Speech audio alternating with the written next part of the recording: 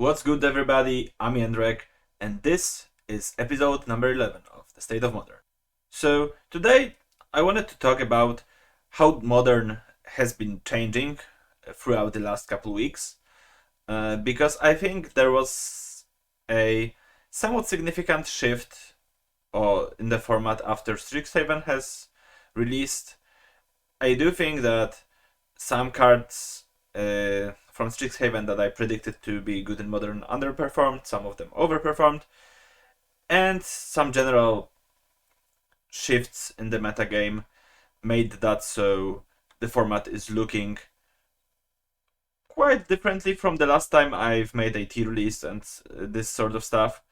So let's move on to the tier list that I think is somewhat accurate for the beginning of May, end of April Modern. So first of all, I would like to say that once again, tier equals popularity, not power. So when you see the tier list, it's not that, for example, decks like decks from lower tiers aren't worse. They are just less popular. Like from usually they will be worse, but I think some decks will be overplayed and some decks will be underplayed, and that's just how it works.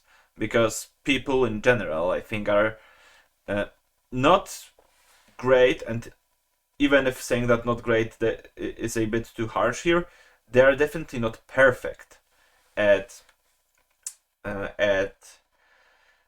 just observing everything and figuring out the best or even good decks all the time. And it's not something exclusive to Magic. For example, in League of Legends, it's fairly common that people are just sleeping on a certain champion or certain items for many months, even though it's overpowered. And the same thing happens in Magic. And uh, in general, you can say that like top tier decks are definitely one of the best decks, or like probably the best decks in the format most of the time. But anything below that is kind of murky, and I don't want to say that, for example, any deck from like regular tier is just head and shoulders above from anything that's below it. So with that in mind, I want to move on to explaining on how I think tiers work, because my biggest beef with the tier system is that different people perceive different tiers differently, I guess. So when one person says that, oh, so I think that this is tier 1, and the other person says, oh no, I think this is tier 1.5 or this is tier 2, they might have meant the same thing by those tiers, but because they haven't unified those tiers or even explained those tiers to each other, it's just a ground for many misunderstandings. So before I get to the tier list, I want to briefly explain what do I mean by different tiers. So I have 4 tiers. The highest tier is top tier, well, obviously, and this is a universally agreed upon best deck or best decks that most best deck players will be on or will bring to the tournament. So, for example, if you have some grinders on Modo who are not playing Modern like all the time, but they want to play like a challenge, PTQ, showcase, whatever, or they want to go to the GP because they are grinding GPs in paper, and they are not really specialists on anything, but they want to the best chance of winning, and they have a fair amount of time to test and stuff, so they can basically choose any deck in the format, but they are not tied to any particular choice by familiarity or lack of resources to change decks, be it time or money or whatever. They will mostly play those decks if they don't have a preference from like previous tournaments. So when I enter when I enter a PTQ or challenge or whatever, if I see someone who I know is a accomplished player, a good player, but they are not really playing Modern all that much, I suspect them on those decks. Like, it's usually one or two decks. In this case, I will have two decks in a top tier. That's a bit of a spoiler, I guess, but so be it. And this is what I expect to play against the most in like later rounds in their tournament, most of the time. Then we have the regulars. Besides top tier, these decks are the bulk of competitive metagame, and I expect to face them often. So these are the decks that are well positioned in the metagame, and have like a large following of people, and you will see them most of the time. For example, if you are playing a 7-round challenge or 9-round PTQ, I do expect that most of the time in the later stages of the tournament you will face the best decks or the best deck, and the other times you are playing against something else, that's probably you facing the regulars or some of the lower tiers, but quite rare. Then we have the whatevers, a very creative name, and these are still somewhat popular, but I don't expect to play against decks from this category combined more than once or twice in any given tournament. So what do I mean by that is that if you combine all of those decks, I don't expect to play around this against this category more than once or twice. It's not I don't expect to play against any given deck of this category more than once or twice. I do think that barring, once again, one or two matches in any event, usually you won't play against anything but top tier and regulars. And whatevers are basically exceptions from those rules. And then finally we have XD, which is a favorite Sodec tier. Those are mostly decks that used to be good many years ago or were never really good, but people still keep playing them for some reason, and I would be surprised to meet any of those in a tournament. So basically, when it comes to XDs and I guess whatevers as well, you shouldn't really gun for them. I do still think that you should have a plan against most whatevers deck. Like, you won't alter your build for them, but you should have a plan on how to deal with them and have a faintest idea of what they are trying to accomplish and stuff like this. And against XDs, it's like whatever. Sometimes you will just face them, and if you lose, it just happens because Modern is such a wide and unpredictable format.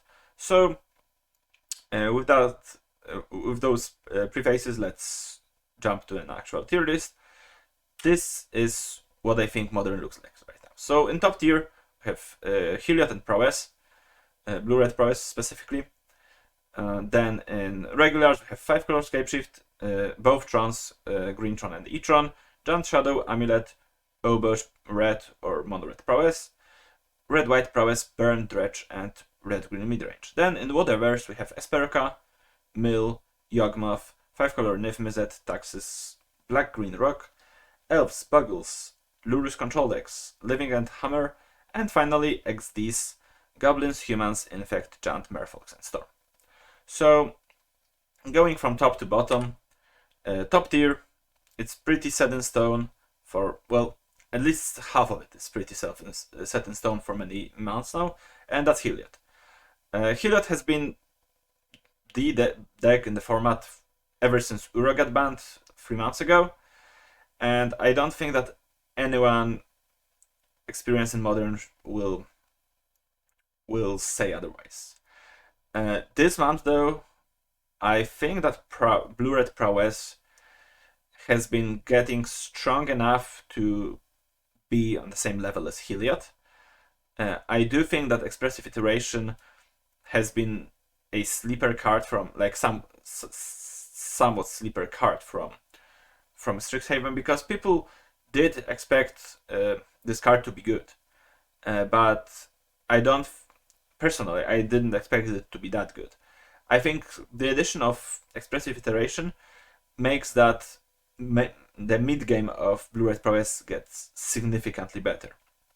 Because beforehand, if you weather their early assault, like first 2 or 3 creatures they played, it was not that easy for them to scramble something together and come back into the game. And right now, the quality of their draws and their mid game in general has been vastly improved by iteration, and it's much more common for them to, for example, find another Stormwing and cast turn for iteration to Stormwing, with iteration finding either Stormwing or Manamorphose or Fourth Land or whatever. So I do think that this elevates Blue-Red Prowess to top tier, and also I think Blue-Red Prowess is the best variant of Prowess against Heliod, because you get access to counterspells, you get access to flying threats, which can fly over Auriok Champion or their blockers in general.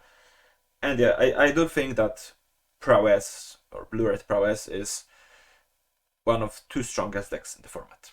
If I had to pick one of those, I would still pick Heliod, but I think Prowess is better enough than the other like popular decks in the format to warrant its inclusion in this top tier. Next up, we have regulars. So those decks, most of them were in the format for quite some time now. I do think that the newest inclusions in this tier are Red-White Prowess, thanks to Clever Lumimancer, which was the most hyped card from Strixhaven, I think, and then 4-color Scapeshift, which is a successor of like 4-color Mana Tribal Uro decks, and rest of those, you face them many times probably. Some things that you can discuss is, I guess, Giant Shadow, which is not that popular in the last few months, but I still do think that these are the decks that you'll face quite often in the tournaments, and that's what that's about. It's not about whether I think that Dredge is broken or Dredge is unplayable, but I do think that you should expect those decks to show up most of the time. So the one deck that I want to talk about for a bit is, I guess, Scapeshift, since it looks like it's the default like control-ish deck right now for many people, and anyone who, or most people who like to play those slow control-ish games are gravitating towards this deck. Hence the abandonment of stuff like Blue-White or Esperka, and that's the main reason you don't see stuff like those Jace Teferi control decks here in the regulars, because I don't think they have been really popular in the last few weeks. I do think that like there are a bunch of people like me or Wafo who are still playing those, but it's not that common to see Archmage's Charm and Cryptic Command in those tournaments anymore. And Red Green Ponza is another one, I guess. That's kinda interesting, because it's been somewhat dormant for like few last months, but recently it's been somewhat revitalized by Laplacian and I believe Arceus Delta and Gigi, who worked on a decklist with Karn, the Great Creator, and now they have Karns with Karn Toolbox, which allows them to beat Heliod as Red Green Ponza, which is kinda nice. And I do think that Ponza will continue to be on the upswing. It's been on for the last couple of weeks. Then we have the Whatever's, and it might be painful to see Esperka here, but I do think that it's not a very popular deck. I still think it's good. I think it's underplayed, and it's one of those decks I've talked about earlier that people aren't that great at identifying stuff. I can't really fathom how you would play 5-color Scapeshift over Esperka as a control deck. But it's not about the power level once again, it's about popularity, and I do think that all of those decks are not as popular as the decks in the category above. And finally the last category, like there's not much to say about those and about the XDs, because it's just facts. Like these decks aren't that popular. I guess Hammer is on the upward trend because it's been dead for like 2 months, and in the last week or two, it's been popping up once again. And then XDs. These are like decks that I think are actually bad. And even though I was saying that tiers equals popularity, not power level, I do think that those decks are rather bad. Like they are not in the meta game for a reason, because they are underpowered or something like that. And I think that the best deck from this category is probably either Infect or Humans or Goblins. I do feel like Humans have some potential, but both of those decks have the problem of losing to Lava Dart somewhat often, and that's why I think those are being relegated to like a very far outskirts of the format. So yeah, I guess that's what I think about the metagame. So let's jump back to it. This is the metagame this is how I think the metagame looks like right now. And I think this is the last metagame update before Modern Horizons 2. Yesterday we've got some first spoilers. We've seen some cool old border fetchlands, of course, but I'm not that interested in those because they are already in format. But we've seen 3 new cards, or 2 reprints and 1 new card. We've seen Sanctum Prelate, we obviously saw Counterspell, and then Urza's Saga. So I do think that Counterspell will be an upgrade, obviously. It won't be as big of an upgrade as people think it will be, and I've talked about that many times. I will do more Modern Horizons 2 related content later on, so like I just wanted to mention it to acknowledge that those cards has been shown yesterday. And yes, I'm gonna be back next week with a guide instead of video. I'm gonna make an updated guide to Esperka, which will be once again the last guide before Modern Horizons.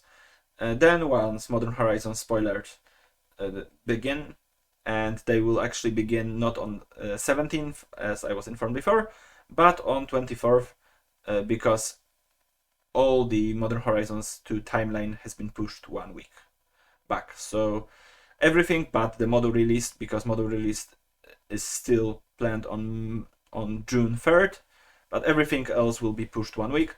So the spoilers will start on 24th instead of 17th. The paper spell table pre-release will be on 11th instead of 4th, and so on. So once Horizons spoiler season starts, I will do daily write-ups on stuff that gets released. So yeah, that's all that I wanted to say today, I guess. So hope you enjoyed it, and I'm gonna see you when I see you. Bye bye.